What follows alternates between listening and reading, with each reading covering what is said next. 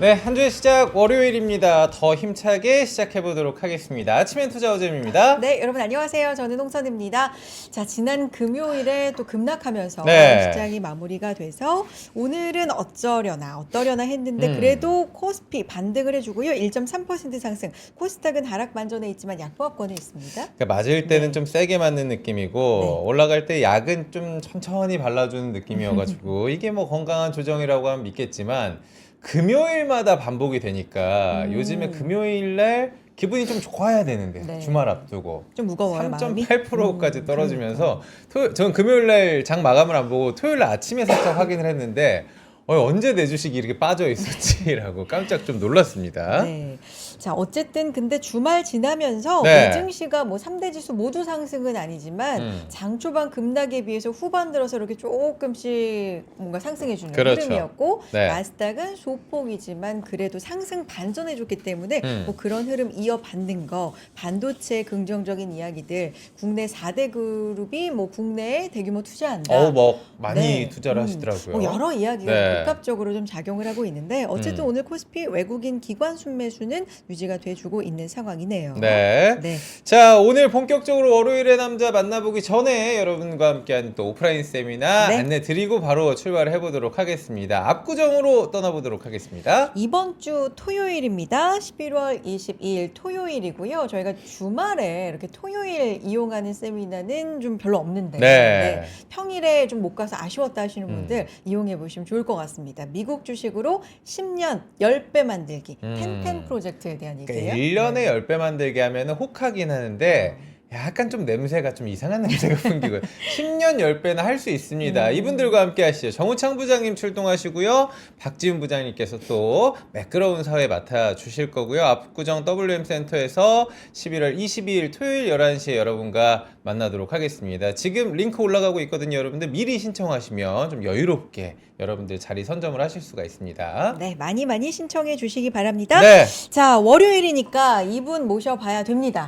지난주에 거의 뭐 식은땀을 흘리시면서 진짜. 몸살 톤을 해주셨지만 오늘은 표정이 조금 더 밝아지셨습니다. 이혁진 차장님 만나보도록 하겠습니다. 나와주시죠. 안녕하세요. 네, 안녕하십니까. 이혁진 차장입니다. 지난주에 네. 질문을 던지는데도 네. 땀이 죄송해서. 뚝뚝 흘려. 예, 그렇습니다. 네, 조금 아니 보시는 분들도 오늘은 댓글로 네. 저기 악플 달면 안 되겠다 하시더라고요. 아, 네네. 오늘 괜찮으세요, 좀? 저도 사실은 지난주 기억이 한 30%는 없는 것 같아요. 아, 진짜 그 진짜로. 정도예요? 아휴. 왜냐면 그때 진짜 딱 그 걸리자마자 와서 끝나고는 바로 저기 링거 맞으러 갔어요. 링거 맞으러. 네, 네. 진짜 투혼 너무나도 감사드립니다. 아닙니다. 예. 예. 우리 시장도 좀 아픈 것 같아요. 네. 금요일날 많이 좀 떨어지고 네. 링거 살짝 맞아가지고 오늘 올라오고 있는 느낌인데 금요일마다 뭐 떨어지는 게 느낌적인 거긴 하지만 뭐 어떤 이유들이 좀 있을까요? 사실 그런 건 없고요. 예, 근데 통상 올해 바이오 업종에서는 금요일마다 빠졌던 경우는 있는데 네. 최근 들어서는 이제 금요일날 불확실성이 점점 확대되는 매크로하게도 이제 이어지는 것 같습니다. 근데 그 이유를 생각을 해보면 네. 결국에는 그 연휴 앞두고 시장이 흔들리지 않을 때는 유동성이 풍부할 때예요. 근데 유동성이 좀 부족하다라고 느낄 때는 항상 연휴를 앞두고는 흔들리는 경우들이 많습니다.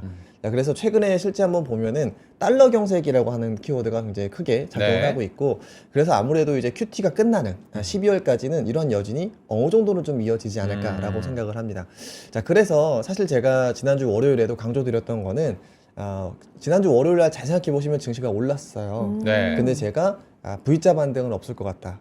U자. 그리고 예, 맞습니다. 그래서 여진 때문에 U자형 반등이 좀 기대가 된다라고 네. 해서 사실 저희 당사의 전략으로는 변동성이 높아지는 12월은 오히려 주식의 살 찬스라고 생각을 하는데 11월 초 우리가 이제 뜨뜻미지근한 맞아요. 이제 돌발 상승은 차익 실현의 어떤 찬스라고 생각을 한다라고 좀 솔직하게 말씀을 드렸습니다.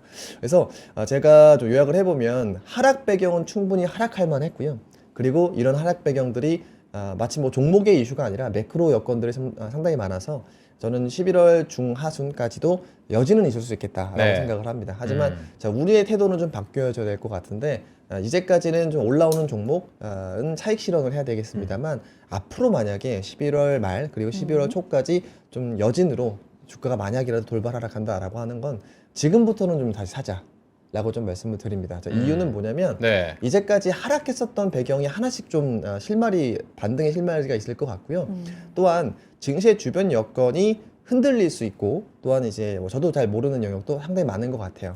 하지만 우리가 스스로 하는 밸류업 그리고 우리나라의 시가총액 최상위 종목들의 캐펙스 증가는 상수라고 보여집니다. 아니 어느 정도는 확신의 영역으로 보여져요. 자, 그렇기 때문에 저는 여러분들 12월까지 그냥 안 돌릴 리가 갈 거라고 생각을 하지 않습니다. 충분히 여진이 있을 수 있고요. 네. 자, 이런 여진을 12월 말에는 오히려 좀 흔들리지 말고 이 정도 가격이면 내가 사볼 만하다 라고 하는 것으로 한번 접근을 해보시는 것을 추천을 드립니다.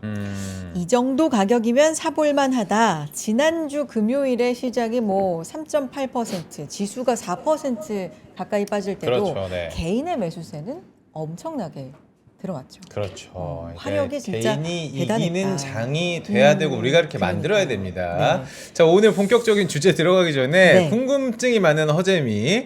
자, 오늘 업종별 시세를 보면요. 네. 눈에 띄는 게 호텔 레저가 지금 가장 최상위권으로 올라가고 있고 네. 식품도 좋거든요. 혹시 뭐 이유가 좀 있을까요?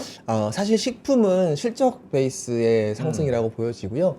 두 가지입니다. 삼양식품은 원래 좋았고 농심은 이제 캐대언 효과가 나온다라고 기대를 하고 캐대언 있어요. 왜냐하면 효과가, 네. 지금부터 나올 실적은 이 캐대언의 마케팅이 시작한 시점이기 때문에 우리가 예전에 한번 브랜드와 캐릭터 콜라보로 좋았던 종목들이 너무나 많습니다. 네. 그래서 그런 효과들이 이제 농심도 나온다라고 하는 것 때문에 전반적으로 좀 올라가는 것이고, 자, 두 번째로는 최근에 보면 확실히 안 좋아 보이는 이번 에이펙에서는 중국과 일본이었습니다.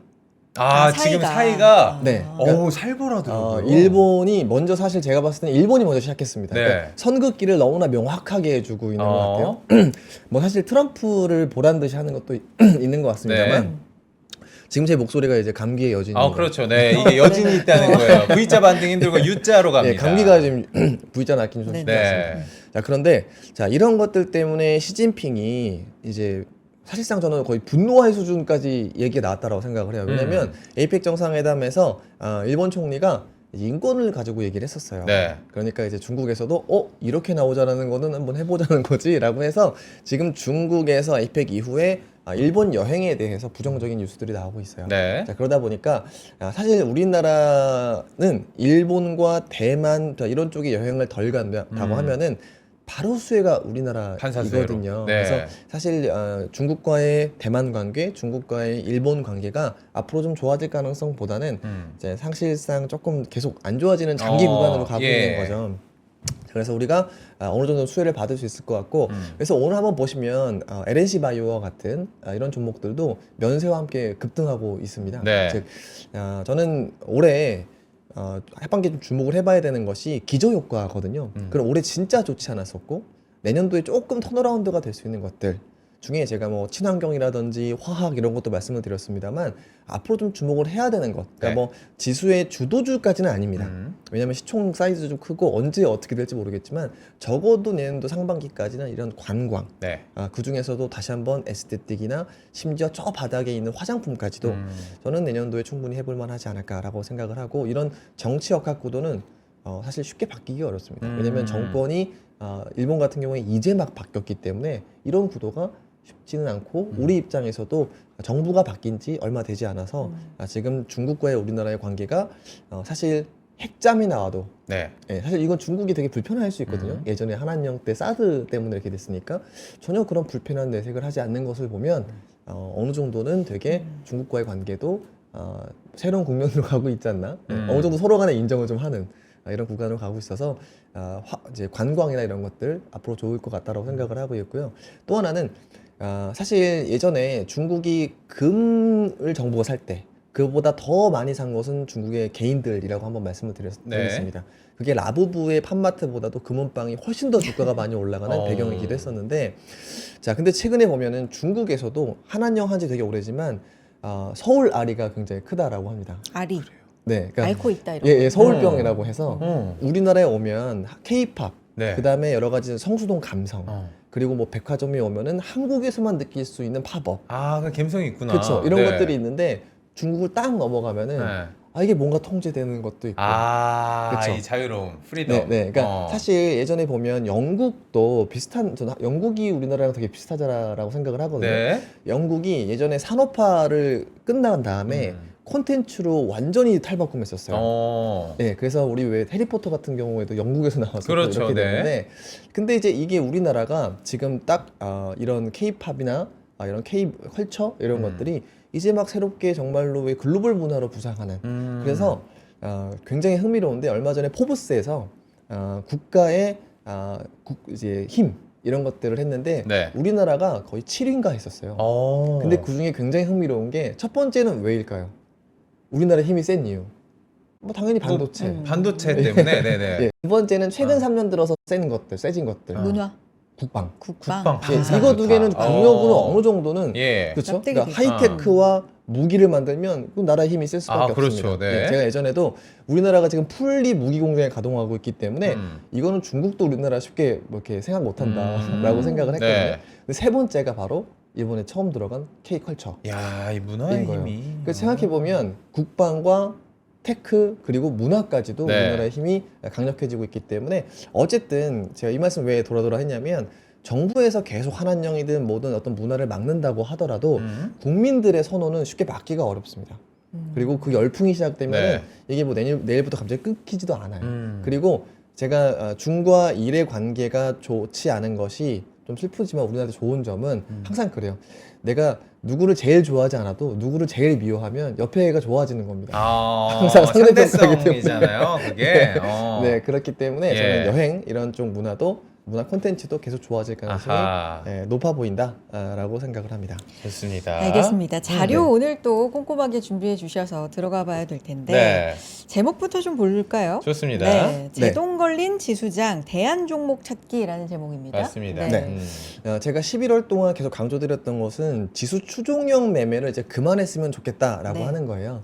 자, 그 이유는 뒤에 뭐 말씀을 좀 드리겠습니다만 굳이 전자닉스만 사지 않아도 되는 시장의 환경이 저는 11월부터 시작이 됐다라고 네. 생각을 하고 실제 지난주 금요일조차도 반도체가 쉴 때 전반적으로 다 빠진 게 아니에요. 바이오가 완전히 날아갔어요. 그렇죠. 제가 지금 3프로 TV를 통해서도 계속 하반기에는 바이오가 움직일 만한 개연성이 되게 많다. 그리고 그 트리거는 삼성 바이오로직스의 거래 정지일 것이고 삼성 바이오로직스가 거래 재개됐을 때 100조, 110조, 120조 이상으로 많은 시총을 증가해서 네. 합산 시총이 형성이 되면은 포트폴리오 매니저 코스피의 전체 비중에서도 바이오를 늘려야 되는 아이러니한 상황이 연출이 될 텐데 근데 문제는 삼성바이오로직스의 거래 정지 기간 동안에 ETF는 삼성바이오로직스를 액티브에서 다 뺐기 때문에 네. 삼성바이오로직스의 호재조차도 다른 바이오텍이 먹을 수 있을 만한 좀 이상한 수급 여건이 한 달 동안 연출이 될 것이다 라고 좀 주장을 했었죠. 즉 제가 왜 이 말씀을 드리냐면 자, 반도체 외의 종목의 수익률이 지난주에 더 높았습니다. 네. 실제 종목장의 단서들이 저는 나왔다라고 생각을 하고 있고요. 네. 앞으로도 우리가 반도체는 낙폭과대에서는 대응을 해야 되겠습니다만 반도체만 들고 우리 증시를 그냥 가만히 쉬는 이런 시간은 오히려 기회비용을 많이 잃는 것이다라고 주장을 하고 있어요. 실제 아까 제가 말씀드렸던 어떤 여진이 나올 수 있는 구간에서도 저는 다른 종목들은 다른 업종들은 충분히 올라갈 수 있을 것 같다라고 생각을 합니다. 그래서 그게 관광이든 바이오 헬스케어든 아니면 전력 유틸리티든 간에 지금부터는 조금 분산을 해야 되는 시기가 왔다라고 말씀을 드립니다. 그러면 장표 한번 보시면서 네, 하락 좋습니다. 배경 먼저 정리를 하고요. 네. 그 다음에 제가 좀 포인트로 보고 있는 것들 말씀을 드리도록 하겠습니다. 자, 첫 번째는 왜 빠졌을까? 그냥 오른다고 그냥 만세 부르면 안 되는 겁니다. 자, 하락의 배경을 생각해 보면 그 코어에는 제가 달러에 대한 경색, 유동성에 대한 전망 후퇴라고 좀 말씀을 드리는데 제가 증시가 좀 빠질 때마다 네. 그냥 이런 특정 레벨에서는 사세요라고 하는 구간이 있는데 자, 그 이유는 금리 인하 전망이 후퇴하지 않았었기 때문입니다. 자, 그런데 12월 FMC 인하 확률, 12월 10일에서 인하 확률이 50% 수준으로 뚝 하고 떨어졌습니다. 많이 떨어졌네요. 자, 이제부터는 50대 50. 너도 나도 모르는 구간이다라고 생각을 하시면 되는데 실제 지금 그러한 것을 반영하는 것이 지금 보시면은 2026년도 6월과 12월의 금리 값이 비슷합니다. 올라갔어요. 근데 이게 언제부터 빠졌는가를 생각을 해보면은 이게 9월 달부터 빠진 거예요.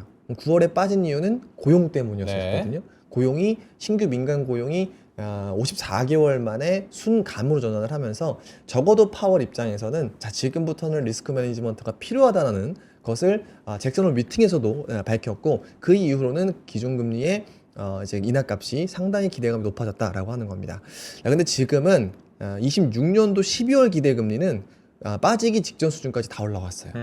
그러니까 제가 유동성에 대한 기대감으로 올라왔던 것은 일시적인 조정 그리고 앞으로도 여지는 있을 수 있을 것 같다라고 말씀을 드리는 겁니다.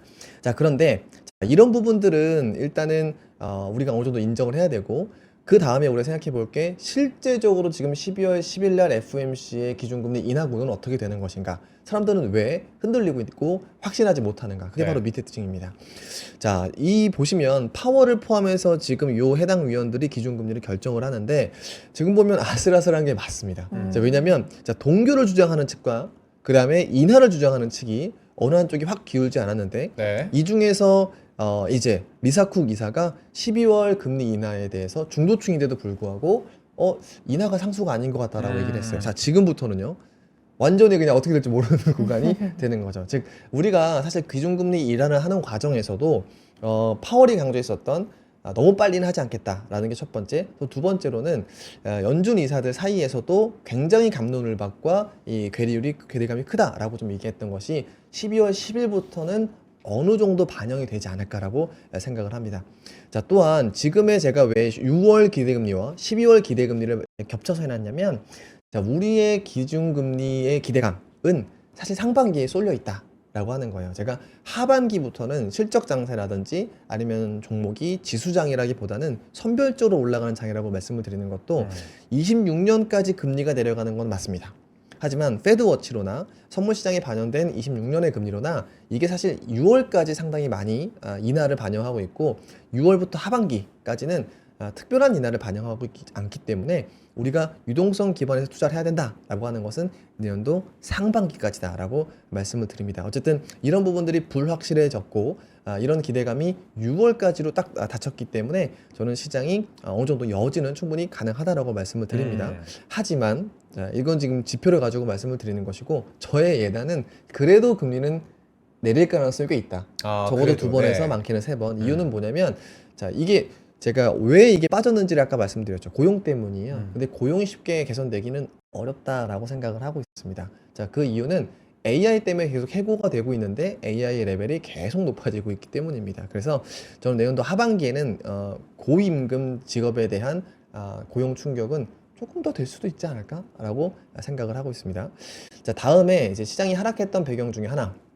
또한 반도체 독주가 제동이 걸릴 거라고 생각하는 이유를 하나 말씀드리면 또 오라클입니다. 네. 지금 이 조금 조심스럽습니다만 뒤에 이 우리나라의 반도체 2사의 이익 추정치를 보여드리겠습니다만 지금 이익이 언제 갑자기 이렇게 막 90조, 100조 이런 얘기가 언제 나왔냐면 9월부터입니다. 9월. 그러니까요. 네. 네. 9월 전까지 우리나라의 바이오 애널리스트들은 이 정도 증익을 하지 않았어요. 자, 그러면 좀 이상하죠? 3개월 동안 뭔 일이 있었길래 바이오 이제 반도체 반도체. 애널리스트들이 네. 왜 이 사실 틀렸는가에 대한 부분들이에요. 근데 이거는 지난주에도 말씀드렸지만 맞출 수 없는 영역입니다. 왜냐면 전방의 하이퍼스케일러들이 이렇게 돈을 많이 쓸지 몰랐습니다. 그리고 이렇게 메모리 반도체가 레거시까지 부족할지 몰랐습니다. 자, 그렇기 때문에 지금은 이익 추정치를 보면서 PER 이 정도면은 내년도에 얼마 가야지 이런 계단식으로 말씀을 드리기는 어렵고 오히려 이게 틀렸었던 이게 예측하기 어려웠었던 최전방의 하이퍼스케일러들의 상황을 봐야 된다라고 네. 말씀을 드리는데 자, 이제 원형 중에 하나가 바로 오라클, 도어대시 이런 기업들입니다. 자, 그런데 오라클 최근에 보면 이게 CDS 프리미엄이에요. 네. 이게 신용도가 걱정이 되면 이 사람의 부채를 가지고 상품화한 것이 더 올라간다라고 보시면 되는데 보험금 성격의 맞습니다. 뭐 이런 거죠. 네. 이게 CDS 프리미엄이 2022년도 수준까지도 올라갔다라고 네. 하는 거예요. 자, 그러면서 바클레이즈는 부채 비율이 500%인데 11월에 현금 고갈이 우려된다. 또 이런 것들 때문에 이제 걱정을 하는 거죠. 자, 우리가 결론적으로는 FI들이 반 정도 써준다라고 하더라도 상장 기업들은 자기 현금이나 자기 부채를 통해서 데이터 센터를 지어야 합니다. 자, 그런데 오라클의 이렇게 CDS 프리미엄이 올라간다라고 하는 거는 부채를 통해서 데이터 센터를 짓더라도 조달 비용이 올라간다라고 예상을 해볼 수가 있는 네. 거죠. 자, 그렇기 때문에 지금부터는 이익 추정치가 더 올라가기보다는 지금 정도 레벨에서 밸류에이션이 나오는지 안 나오는지를 판단하는 밸류에이션 콜, 그러니까 모멘텀 콜의 마무리, 밸류에이션 콜의 시작이다라고 저는 생각을 하고 있어요. 여기에다가 차장님 하나 더 네. 궁금한 게 그 마이클 버리가 최근에 제기하고 있는 그런 네. 얘기들 뭐 감가상각을 좀 그러니까 장비에, 부풀린다. 그렇죠. 네. 이런 건 어떤 얘기인 거예요? 좀 쉽게 풀면. 맞아요. 네. 그러니까 이게 쉽게 말씀드리면 데이터 센터를 투자를 하면 네. 보통 그렇습니다. 어떤 기업이 대규모 장치 사업을 하면 이거를 감가를 해요. 근데 2020년도에는 3년 감가를 했었는데 네. 근데 이거를 6년 이상으로 늘렸다라고 하는 거고 그 감가를 한다는 건 어떤 개념인가요? 네. 내가 돈을 썼지 않습니까? 네. 그럼 만약에 예를 들어 내가 오늘 마우스를 샀어요. 이거는 영원히 쓸 수가 없지 않습니까? 그렇죠. 그러면 이거를 한 10년 쓴다라고 하면은 10년에 나누어서 내 비용을 순이익으로 차감하는 겁니다. 그렇죠. 근데 이거를 3년으로 차감하면 차감폭이 되게 커질 커지죠. 것이고 그럼 네. 올해 순이익이 낮아지겠죠. 네. 근데 이거를 뭐 20년 감가를 한다라고 하면은 순이익에 미치는 영향이 낮아지고 그렇죠. 순이익이 3년 감가했을 때보다 더 좋게 나오겠죠. 10년 동안. 늘어나겠죠. 네. 그러니까 장비의 수명을 뭐 길게 책정을 했다 이런 얘기를 하더라고요. 맞습니다. 네. 근데 마이클 버리가 지적을 하는 것은 그 데이터 센터에 대한 감가를 왜 3년 하다가 왜 6년으로 늘렸냐. 네. 그래서 이 순이익에 착시가 발생을 했다라고 하는 거거든요. 자, 근데 여기에서 실제 오라클이 왜 화두냐면 이 효과로 순이익이 가장 늘어난 게 오라클입니다. 예, 그러다 보니까 네. 이 사실은 지금 예를 들면 오픈 AI나 네. 사실 오라클이나 많은 기업들이 보면 지금 당장의 현금은 부족해요. 그러면 유상증자나 어떤 이런 것들을 가지고 돈을 쓰는 거거든요. 그러면 핵심은 시총이 커야 됩니다. 근데 시총이 커진 게 유지가 안 되면 돈을 더 빌리기가 어려운 거죠. 냉정하게 보면은. 예. 왜냐면 내가 매출을 내서 메타나 이렇게 아마존처럼 할 수는 없는 거니까요. 그래서 최근에 보면은 이렇게 시총이 흔들릴 만한 우려가 발생했을 때는 시장이 한번 쿡 하고 흔들린다라고 하는 거예요. 자, 근데 다시 돌아가서 네. 자, 감가를 3년에서 6년으로 한다는 것이 정말 회계 조작인가? 네. 그러니까 뭐 지적은 할 수 있는데 네네. 뭐 25일날 추가적으로 얘기를 한다고 합니다. 네. 하지만 이거는 충분히 소명 가능합니다. 그래요? 자, 왜 그러냐? 우리 그냥 기술로 한번 생각을 해본다라고 진짜 마이클 버리가 AI를 몰라서 생긴 일이라고 생각할 수 있고 회계적으로는 충분히 얘기할 수 있는데 투자 심리는 흔들릴 수 있는데 그렇죠. 이게 회계 부정이라고 얘기하기는 어려울 것 같습니다. 왜냐하면 일단 기본적으로 IR에 다 공개가 되는 내용이고 두 번째로는 자, 우리 한번 생각해 보죠. 2025년 전까지 필요한 AI 데이터 센터는 사실 H100이었던 거죠. 그거는 빨리 3년으로 감가하는 게 제가 봐도 맞을 것 같아요. 네. 왜냐면 기술의 발전 속도가 너무 빨리 나가니까 이거를 감가하는 거를 뭐 3년이든 뭐 2년이든 빨리 교체를 해야 된다라고 하는 거죠. 근데 앞으로 나올 것은 기술의 발전 속도가 만약에 둔화된다면 그러니까 이거에 대한 감가 연도도 교체에 대한 수기도 길어질 수 있다라고 그렇죠. 하는 것이고 네. 또 두 번째로는 마이클 버리나 어떤 거래소에서 아무 말 못할 수 있는 기술적인 접근 포인트가 충분히 있습니다. 왜냐하면 자, 우리가 이제까지 AI 데이터 센터는 학습용이었다. 근데 앞으로는 추론용이다. 추론으로. 네. 네. 그렇게 되면은 목적이 다르기 때문에 다른 감가 연한을 적용하는 것은 우리 기업 입장에서는 전혀 문제가 없다. 자, 그래서 저는 25일 날 마이클 버리가 또 어떤 걸 들고 나온다라고 하더라도 전 충분히 소명이 되는 하지만 지적은 받을 수 있는 이슈라고 생각을 하는데 우리가 그러면은 시장이 어떻게 반응하는지를 모르지 않습니까? 오늘 오라클 보면 된다. 네, 왜냐하면 아까 제가 말씀드렸던 그 순이익 착시가 가장 큰 게 아마 오라클이 한 30%가 넘을 겁니다. 뒤에 저희가 내용이 어차피 일부에도 계속 장표가 이어지긴 하는데 어차피 오라클 AI 얘기했으니까 네. 엔비디아 실적 이번 주에 가장 어떻게 보면 집중이 많이 돼 있잖아요. 맞아요. 예, 그 살짝만 좀 코멘트 좀 부탁드릴게요.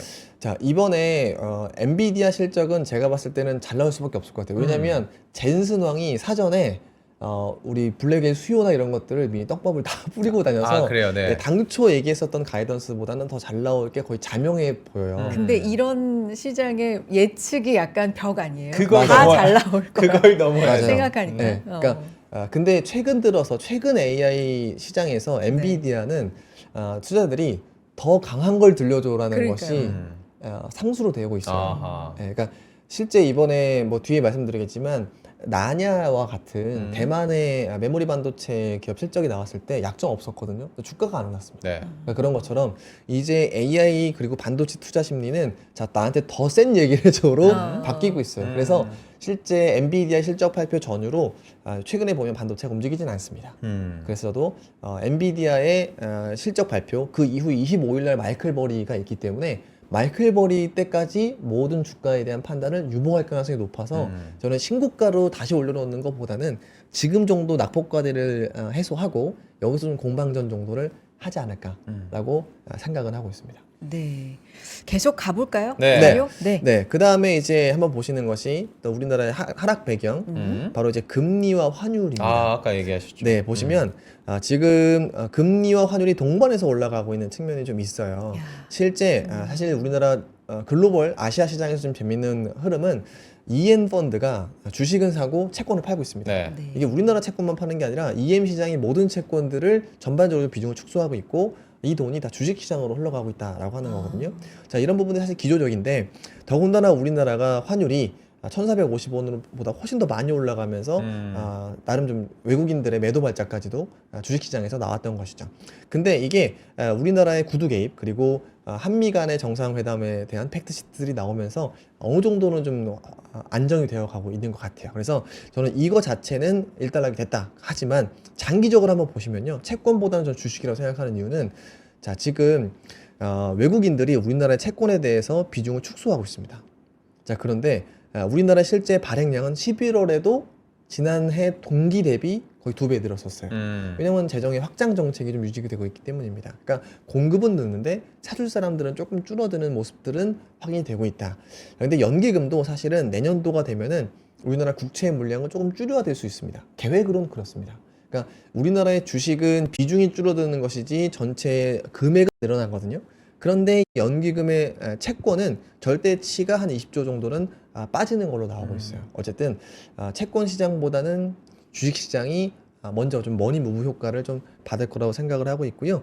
앞으로 만약에 배당소득 분리과세 25% 이거 된다라고 하면은 개인도 장기채를 갖고 갈 만한 이유가 뭐 수익률이 좋다고 하더라도 종합과세 대상이라서 주식 배당을 노리는 것이 오히려 좀 더 강화가 되지 않을까라고 생각을 하고 있습니다. 근데 네. 사장님 요거 하나만 궁금해서 그 채권 발행 그럼 느는데 인기가 없다는 뜻이잖아요. 맞습니다. 간단하게 말하면. 네. 근데 뭐 윅비라 그래서 WGBI 이제 실제 편입도 네, 앞두고 네. 있는 상황이고 뭐 외국인들 자금 많이 들어올 거다 이런 예상들은 사실 있었는데 네. 지금 추세가 이러면 뭐 어떻게 네. 되는 거예요? 맞아요. 그러니까 제가 제일 많이 듣는 게 그러니까 국제 채권 지수에 들어가면 네. 앞으로 우리 채권에 대한 수급이 좋아지지 않을까라고 하는 건데 자, 그런데 실제로 그거는 되게 불확실한 지표들이 되게 많아요. 근데 연기금이 팔아야 되는 거는 너무나 사실 이제까지만 보면 되게 확실한 지표거든요. 그러니까 근데 지금 여기 더 걱정이 되는 거는 연기금의 중장기 제가 왜 세계 채권 지수보다 더 연기금이 중요하다 생각을 하는 거냐면 최근에 이런 얘기 뉴스를 보셨을 겁니다. 우리나라의 연기금이 중장기 국내 주식 비중을 늘리겠다. 그죠. 그렇죠. 자, 그런데 연기금은 두 가지 중장기 방향성에 이번에 미세 조정이 되는 거거든요. 중장기 방향성은 해외 비중을 늘리겠다인 거예요. 그러니까 해외의 국내와 채권 비중을 중장기적으로 늘리게 돼 있습니다. 네. 자, 그러면 국내 주식의 비중을 늘리면 해외 전환을 뺀다기보다는 채권에서 주식으로 조금 뺄 가능성이 높은 거죠. 그래서 국민연금 얘기가 같이 나온 거군요. 그래서 그런 부분들이 저는 채권에 대한 불안, 주식에 대한 믿음 이게 좀 강화가 되지 않을까 생각을 하는 측면이 좀 있습니다. 그래서 세계 채권 지수 같은 경우에는 사실 외국인의 일부라고 저는 생각을 합니다. 그래서 그 세계 채권 지수 같은 경우에도 지금의 외국인 방향성과 완전 동떨어질까? 라는 의심은 좀 합니다. 그래서 불확실한 것보다 우리는 당장에 좀 확실한 것들을 볼 필요가 있다. 라고 좀 말씀을 드리고요. 네. 다시 그다음이 트럼프 지지율로 한번 가보도록 하겠습니다. 네, 맞아요. 예. 저는 이게 우리가 내년을 대비할 때 친공화당보다는 반공화당의 컨셉을 잡을 필요가 있다라고 네. 생각을 합니다. 이유는 뭐냐면 이번에 주요 지역 선거를 보면 그냥 단순히 그 주요 지역에서 졌다라는 게 중요한 게 아니라 당선된 인물들이 너무나 반공화당을 보는 거예요. 네. 그러니까 최초의 여성 주지사가 중도 지역에서 나왔다는 네. 거. 자, 그 다음에 맘다니의 정책을 보면 굉장히 파격적입니다. 그렇죠. 그냥 사회주의. 이 이제 외신에서의 평가들을 보면 그냥 뉴욕은 왜 사회주의를 선택했는가에 대한 굉장히 좀 격앙된 키워드도 많이 등장을 하고 있거든요. 근데 뭐 사실 맘다니 스스로도 나는 소셜리즘이라고 얘기를 하잖아요. 네. 그러니까 그런 것처럼 우리 좀 불편합니다만 어쨌든 이 미국의 가장 경제를 가장 경제 수도인데 여기에서 사회주의적인 성격의 시장이 나왔다라고 하는 것은 전 제가 봤을 때 이 젊은 층들이 굉장히 많이 실제 많이 아하. 이동을 했었고 네.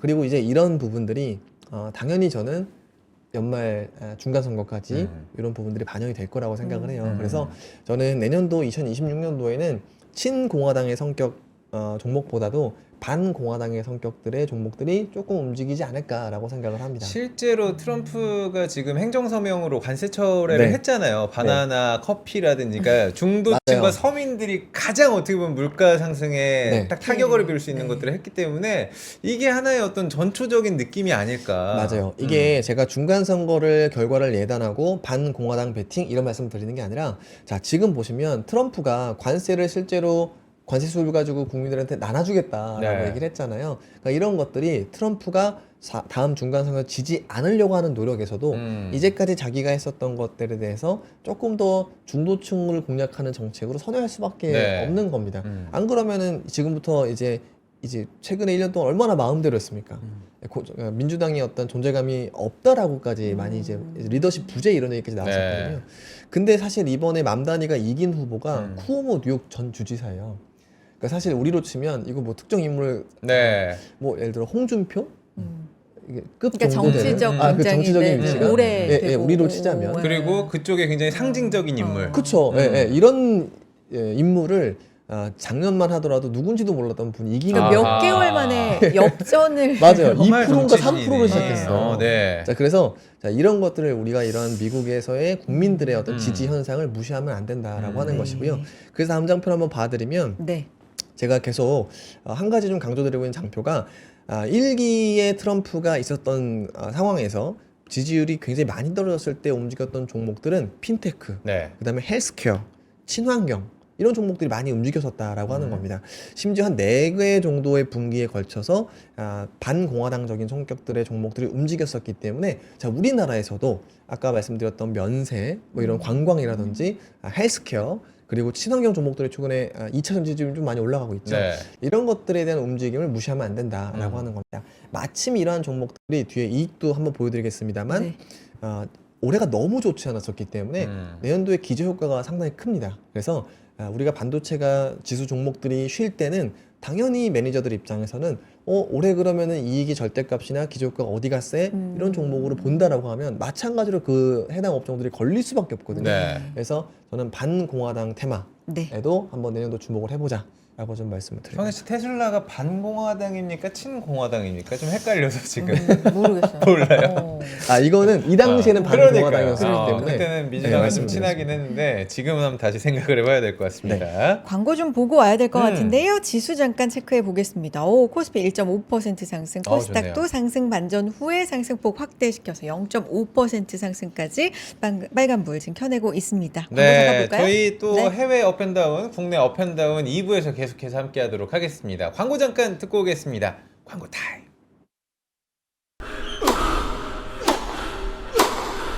멋있다. 부러운가? 14만 1211번의 스윙과 68개월 27일의 투자로 만들어진 자세다. 나의 테니스도 나의 자산도 투자로 키운다. 나는 투자한다.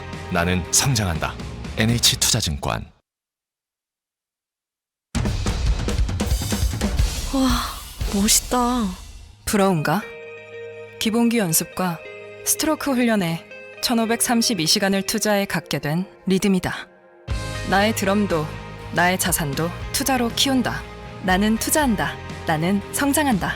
NH투자증권. 네, 아침엔 투자 함께하고 계시고요. 오늘 월요일의 남자 이혁진 차장님과 시장 얘기 나눠보고 있는데 네. 업앤다운 전략 스냅샷 여기 가야죠. 들어가야죠. 네, 이걸 딱 봐야 음. 12월을 우리가 어느 쪽으로 업하는 쪽으로 따라갈 수 있지 네. 않을까라는 생각이 좀 드는데 해외부터 한번 업앤다운 들어가 볼까요? 네. 저는 이 해외 리뷰를 먼저 말씀을 드리고 그다음에 이제 해외에서 좀 중점적으로 볼 만한 어떤 포커스 종목 네. 말씀을 드리고 그다음에 이제 국내 업앤다운과 국내 종목에 대해서 말씀을 드리도록 하겠습니다. 좋습니다. 자, 먼저 해외 한번 보시면 자료 보시면서 말씀드리겠습니다.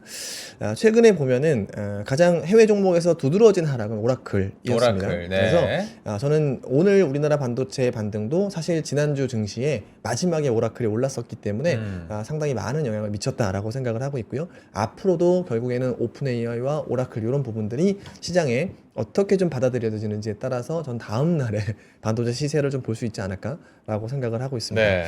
그다음에 이제 테슬라 같은 경우에는 최근에 또 마찬가지로 부진해요. 아마 전기차 판매인 것 같은데 테슬라 입장에서는 이런 반전의 계기를 로봇이라든지 네. 로봇 택시로 갈아 끼워야 되지 않을까 싶습니다. 왜냐하면 사실 전기차 시장 자체는 크게 좋게 볼 만한 여력이 좀 떨어집니다. 우리나라에서도 ESS라든지 이런 쪽 새로운 에너지 저장 장치로서 부각을 받는 것이지 전기차 출하라든지 단가라든지 이런 부분은 크게 아직까지는 좀 기대하기에 좀 낮다라고 생각을 하고 네. 있어요. 그리고 최근에 보면은 소프트뱅크 그룹이 엔비디아를 팔기 전으로 주가가 많이 빠지고 있거든요. 근데 소프트뱅크 같은 경우에도 사실상 하이테크 기업의 지분 투자나 이런 것들을 많이 했기 때문에 아까 제가 말씀드렸던 오라클과 함께 이제 빅테크 기업들의 어떤 주가 반전 이런 것들에 대한 방향성을 보는데도 최근에 아주 도움이 좀 많이 되실 것 같다라고 생각을 하고 있습니다. 자, 그 다음에 요 테크 기업들이나 이런 쪽들이 쉬었을 때 오른쪽에 한번 보시면은 바이엘이나 일라이릴리 이렇게 주가이제약 바이오 헬스케어 업종들이 전반적으로 좀 이제 강세를 보이는 네. 것을 보여집니다.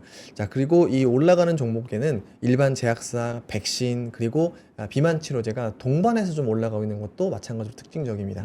최근에 일라이릴리 같은 경우에는 제가 봤을 때는 향후에 포스트에서는 노보노디스크랑 괴리율이 되게 커질 것 같습니다. 그 이유는 뭐냐면 경구 치료제 그리고 지속형 치료제에 대한 투자가 이어지고 있기 때문입니다. 실제 지난주죠. ABL 바이오의 기술 수출이 또 4조 원대 됐는데 네. 자, 여기에서 일라이릴리는 이제 지분 투자까지 하면서 저는 앞으로 포스트 비만 치료제 시장에 대해서는 노보노디스크보다 훨씬 더 빨리 대응을 하고 있는 것 같다라고 네. 생각을 합니다. 그래서 이런 글로벌 바이오 대장주가 움직이는 상황에서는 한국 헬스케어 제가 개별 바이오텍들도 좋지만 그냥 헬스케어만큼 ETF 접근이 되게 좋은 업종이 없다라고 좀 강조를 드리는데 그냥 ETF를 접근하셔도 충분히 개별 종목만큼 수익을 낼 수 있는 것이 이렇게 바이오 업종들입니다. 그래서 이런 것들을 적극적으로 활용하시면 좋겠다라고 생각을 합니다.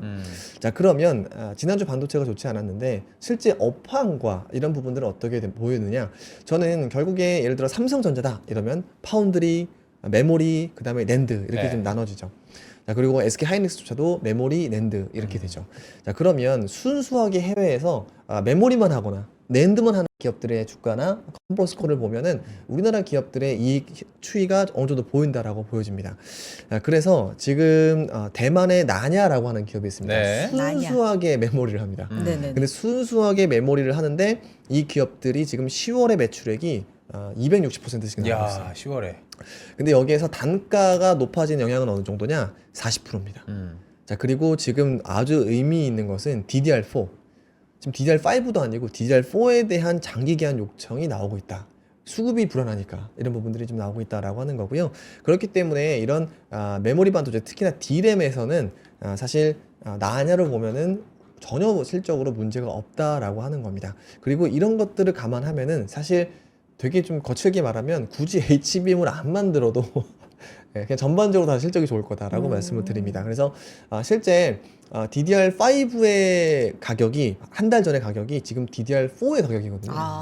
그러니까 이제 삼성전자, SK하이닉스의 이익을 뒤에 보여드리겠습니다만 지금은 내년도에 전자의 이익 추정이 높아지는 게 훨씬 클까요? 하이닉스의 이익 추정이 커지는 게 훨씬 클까요? 아니 뭐 60% 가격 올린다 삼성전자 네. 이 얘기가. 그러니까 지금 네. 되게 아이러니한 뉴스가 네. 이건 절대 비교는 사실 어렵습니다만 HBM이 전작 대비 50%더 받는다 뭐 이런 네. 뉴스를 보셨을 겁니다. 이게 모건 스탠리에서 반도체 겨울이다라고 했을 때 네. 제가 이유를 말씀드렸는데 원래 40%씩 더 받다가 이게 엔비디아에서 20% 30% 이런 얘기를 하니까 그걸로 이익 추정치를 깎은 거다라고 말씀드렸고 근데 그건 상식적이지가 않다. 그래서 결론은 좀 50%로 끝났죠. 근데 문제는 지금 일반 D램이 40%씩 ASP가 올라가고 있는 상황이고 지금 삼성전자는 제품별로는 한 60% 얘기로 나오고 있거든요.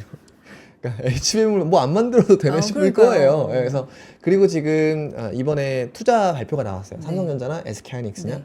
근데 그게 아마 장초에 어떤 뭐 유튜버라든지 저기 혹시 좀 일각에서는 공급 증가 신호다라고 했을 수도 그 있어요. 투자 발표가 뭐예요? 국내 말씀하시는 아, 그쵸. 어떤- 예. 아, SK 그 대통령이랑 네네네. 기업의 4대 총수분들이랑 그룹이 모여가지고 뭐, 네. 삼성전자 반도체 투자, 네.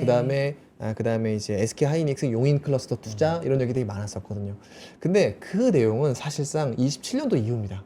그게 공급으로 나오려면 28년도예요. 그래서 그게 공급 증가의 신호 이런 것들이라고 보기는 어렵고 이번에 심지어 소부장도 크게 움직이지 못하고 있거든요. 그런 것들은 아주 나중에 얘기다라고 좀 봐주시면 좋을 것 같다. 선생님 저 혹시 저 오늘 목소리를 크게 하지도 않았는데 굉장히 그 마이크가 굉장히 크다고 하신 분들이 좀 그래요? 계셔가지고 저 어. 이렇게 좀 속상해. 아, 네.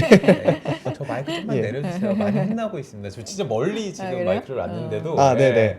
자 그러면은 아까 계속해서 우리 네. 일본의 키옥시아도 한번 볼까요? 맞습니다. 네. 이게 금요일에 우리나라 메모리 반도체 이사를 더 끌어내렸던 배경이기도 이것 하거든요. 때문에 뭐 SK 하이닉스가 8%인데 저는 맞아요.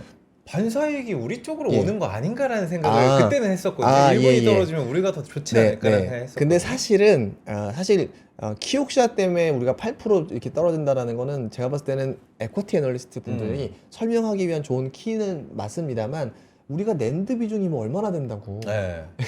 낸드 때문에 하이닉스를 8% 빼는 건 제가 봤을 때 그냥 하나의 현상 정도로만 생각을 하고 있습니다. 자, 그런데 이제 키옥시아는 먼저 말씀드리면 순수한 낸드 캐파로는 거의 1등. 네. 그렇기 때문에 키옥시아의 부정적인 신호가 우리나라 반도체 특히나 낸드 분야에 큰 악재일 수는 있다라는 겁니다. 근데 이 키옥시아가 결론적으로 매출액이 감소를 해버렸어요. 근데 이 키옥시아만의 특수성을 사람들이 반드시 알아야 된다라고 생각을 합니다. 두 가지입니다. 네. 첫 번째로는 이 캐펙스 같은 경우에는 키옥시아는 잘 못 늘려요. 왜냐면 늘릴 거에 대한 투자는 웨스턴 디지털이랑 같이 했기 때문에 사실 키옥시아는 항상 보수적입니다. 또 두 번째로는 지금 낸드에서 잘 나가고 있는 거는 이 SSD입니다. 그러니까 데이터 센터용 우리로 메모리로 치면은 HBM, 네. D램 메모리로 HBM을 볼 수 있는 이 SSD가 잘 나가는 건데 키옥시아의 매출액은 애플향 모바일이 훨씬 많습니다. 아. 그러다 보니까 이게 사실 SK 하이닉스와 삼성전자와는 좀 동떨어진 낸드 매출이나 이익이 나올 수도 있는 충분한 상황이었었어요. 자, 그런데 그런 키옥시아조차도 다음 반기에 순이익이 2배 늘어난다고 합니다. 그러니까 그렇게 가이드를 줬어요. 그렇기 때문에 자, 키옥시아는 사실 우리나라 반도체 2사와 절대 비교할 것은 일단 아니고, 근데 이 심지어 키옥시아조차도 다음 반기에 이익을 2배 정도는 보고 있기 때문에 이제 이익에서는 크게 우리나라에 걱정할 것은 없을 것 같다라고 좀 결론적으로 순수한 낸드와 순수한 D램 기업의 실적으로 충분히 설명이 가능한 구간이다라고 말씀을 드립니다. 그 연결성이 하이닉스가 지분을 보유하고 있는 거 아니에요? 맞습니다. 아. 예, 그러니까 그런 부분들이 있지만 사실 네. 뭐 지분법 이익이라든지 이런 아. 것들 감안했다기보다 아. 시장이 낸드도 대박 난다 이런 거였거든요. 왜냐면 레거시 반도체의 상승 순환 논리를 제가 항상 말씀을 드리는데 우리가 AI를 할 때 저장을 많이 합니다. 그리고 실제로 이제 AI로 만들어낸 데이터 같은 경우에도 용량이 엄청 큰 것들이 많아요. 200메가짜리 서류 뭉치 이런 것들이 많거든요. 어쨌든 그게 일정 부분 서류 이제 보관이 돼야 되는데 이게 하드 드라이브 쇼티지가 나니까 이 가격이면 차라리 낸드가 이 SSD가 많이 필요하겠거니로 바뀌는 것이고 이게 이 SSD의 수요를 자극하고 덩달아서 레거시 반도체 쇼티지까지 나오고 있는 상황이거든요.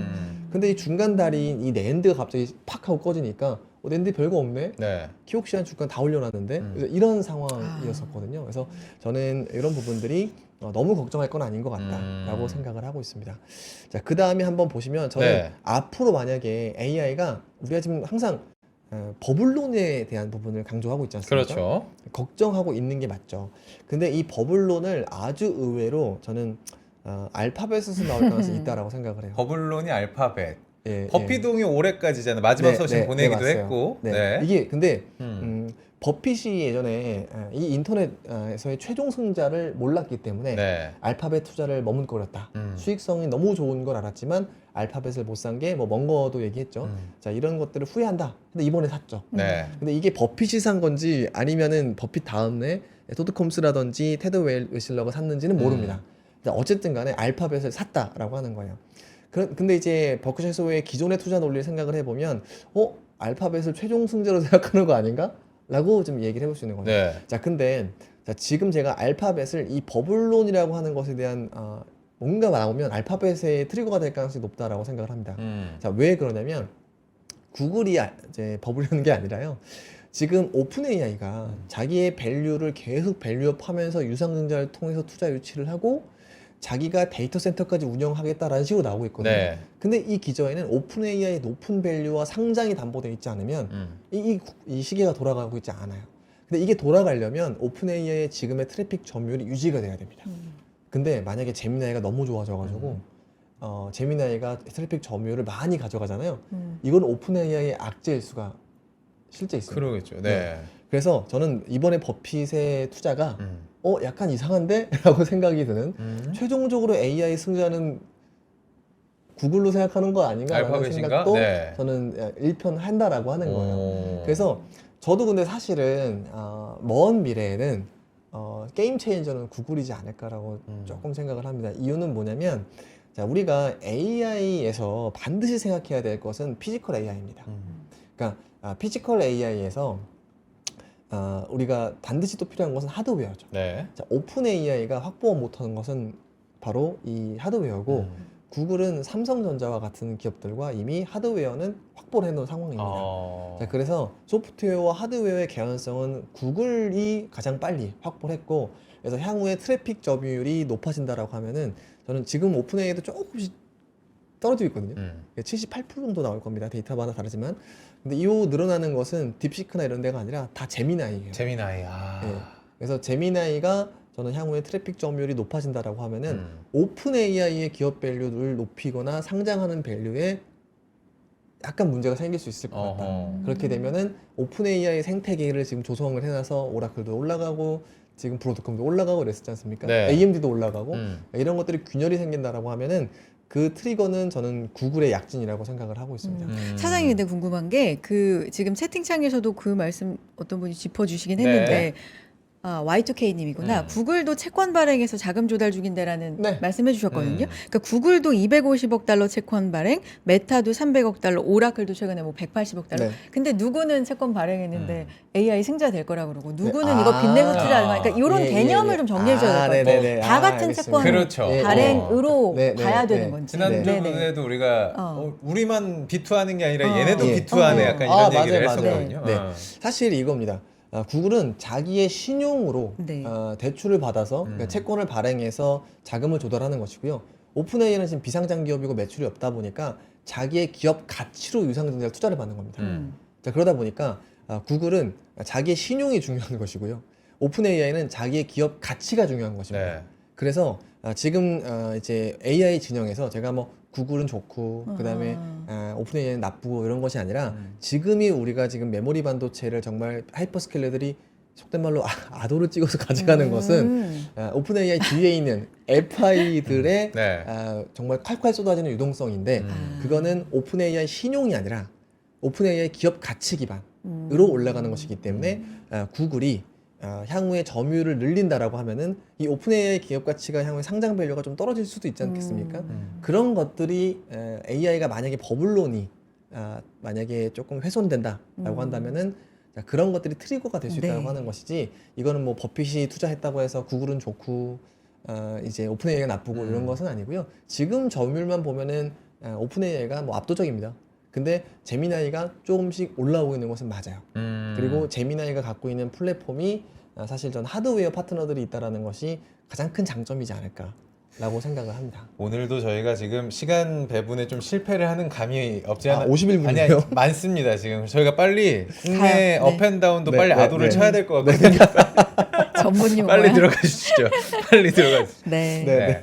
네, 알겠습니다. 그러면은 퀵하게 네. 말씀드리도록 하겠습니다.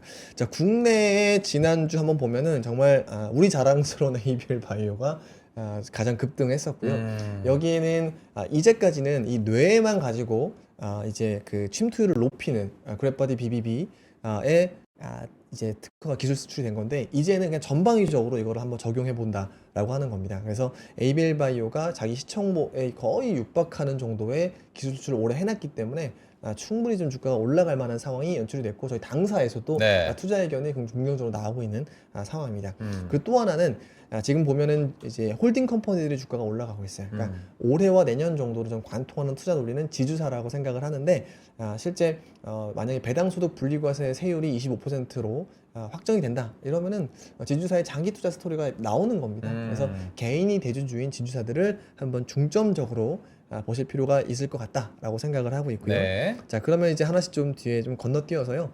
제가 전자닉스에 대한 이익 한번 보시면은 이게 26년도 영업이익인데 9월부터 아주 가파르게 올라왔습니다.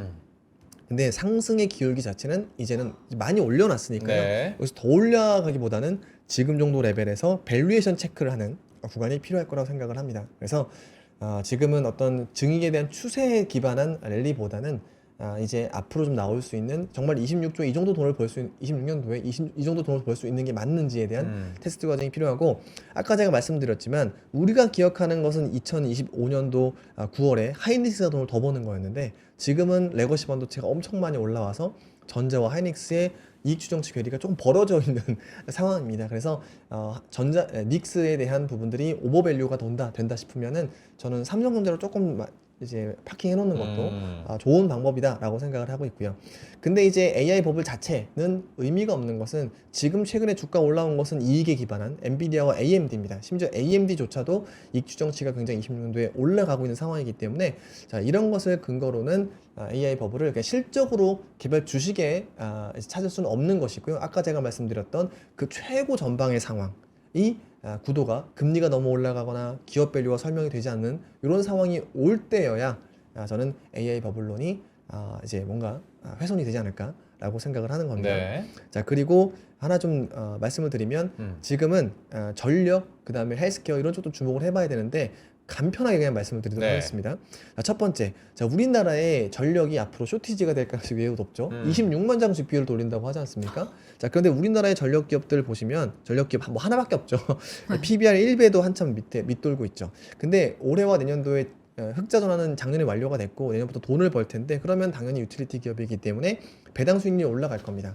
그러면 참고로만 배당 수익률이 3% 이상인 해외 글로벌 전력사들을 보시면 자 1배부터 최대 3배까지 네. 정도입니다. 그래서 저는 AI라고 하는 것을 전력 기기로 말씀을 드렸습니다만 이제는 전력 유틸리티까지도 확장해서 볼 필요가 있다라고 좀 말씀을 드리고요. 두 번째로는 지주사입니다. 자, 지주사는 결론적으로 내 밑에 우리 사업회사들 지분을 들고 있는 거예요. 그래서 그 가치가 되게 중요한데 자, 그래서 순자산 가치와 현재 시가총액을 비교를 해봤습니다. 대부분 절반 이하입니다. 자, 그런데 우리가 마이크로스트래티지, 비트마인 이런 기업들 보면 비트코인, 이더리움 가치 대비 내 시총을 설명하거든요. 그러면 걔네들은 다 1배입니다. 네. 1배가 넘을 때도 있었어요. 자, 근데 그거와 비슷하게 트레저리 관점에서 우리가 한번 생각해보면 우리나라 지주사들은 여전히 할인을 많이 받고 있다. 하지만 할인 받을 트리거는 바로 배당을 주지 않았었기 때문인데 이 배당이 증액이 된다라고 했을 때는 자, 우리나라 지주사들은 여전히 충분히 업사이드가 나올 수 있을 것 같다. 이 표로만 봤을 때는 키 차이가 많이 날수록 가능성이 더 좋다라는 걸로 맞습니다. 해석이 해도 플러스 되나요? 네. 개인이 대주주여야 되고 그리고 앞으로 증액을 할 만한 배당을 증액을 할 만한 충분한 사업회사들의 이익이 담보돼야 되는 상황인 네. 거죠. 그래서 제가 이익이 담보되는 또 성장이 담보되는 기업들을 조금 앞쪽에 해놨고요. 네. 그래서 알겠습니다. 그런 부분들을 알겠습니다. 같이 봐주시면 좋을 것 같다라고 생각을 하고 있습니다. 항상 힌트를 이렇게. 네, 마지막으로는 네. 바이오인데 요거는 네. 그냥 캡처하셔가지고 제가 오. 이제 이벤트 정도 체크해 보시면은 결론적으로 25일까지 마이클 버리의 반도체 부정적 이벤트는 여전히 좀 잠존해 있는 네. 상황이긴 해요. 그게 저는 대단한 이야기가 나올 것 같지는 않습니다만 그래도 앞으로 바이오 헬스케어 입장에서는 3바 24일날 거래 재개 이전에도 어느 정도는 24년도까지 충분히 이벤트가 나올 수 있는 상황이기 때문에 긍정적 이벤트와 부정적 이벤트 이런 것들이 있는 차이가 있는 상황에서는 종목들에 대한 수익률도 충분히 차별적으로 움직일 가능성이 있다라고 좀 말씀을 드립니다. 아유, 감사합니다. 궁금한 거 너무 많았는데 오늘 소화를 좀. 셧다운 끝나고 저기 뭐 이렇게 돈이 다시 좀 월급 못 받았던 분들 풀리면 네. 연말에 좀 더 소비가 늘어나지 않을까 이런 뭐 기대감도 좀 있는데. 예, 그렇죠. 그럴 수 있는데 예. 사실 저는 그래서 12월 그러니까 이게 시차가 있죠. 아. 정상화된 시차가 있기 때문에 저는 12월에 큐티도 끝나고 네. 그리고 이런 정상화돼서 이제 소비 시즌도 시작되는데 돈 못 버는 것도 받고 네. 그래서 저는 12월 초에는 장이 흔들려도 그때부터는 매수 관점을 유지하자라고 생각을 합니다. 좋습니다. 알겠습니다. 오늘 여기까지 듣도록 하겠습니다. 이혁진 차장님 고맙습니다. 고맙습니다. 예, 감사합니다. 지수 한번 볼게요. 네. 1.5% 상승, 코스피 4,074선, 코스닥은 0.4%대 901선 기록하고 있는 상황이고요. 네. 삼성전자 3%대, 하이닉스가 6%대 상승 이어가고 맞습니다. 있네요. 제일 반가운 네. 건 좀 외국인이 그래도 좀 사주고 있다라는 거, 사준다는 게 아니라 너무 팔았죠. 사실 금요일날 좀 반가운 느낌으로 월요일 시작해도 좋을 것 같습니다. 알겠습니다. 마이클 버리 얘기 오늘 중간에 나왔는데 네. 어떤 기사 보니까 버블 무세라고. 버블 무세. 어. 그러니까 저번에 뭐 공매도 얘기가 좀 나오기도 그러니까. 했고 풋옵션을 쳤다고도 들었었고. 뭐 오늘 밤에 또 미증시 어떻게 되느냐에 따라서 오늘의 이 반등이 또 추세적으로 우리도 좀 이어질 수 있을지 그렇죠. 좀 네. 볼 수 있겠지만 어쨌든 월요일 시작은 괜찮습니다. 내일 또 시장 정리해서 저희 얘기 나눠요. 내일 뵐게요. 고맙습니다. 고맙습니다.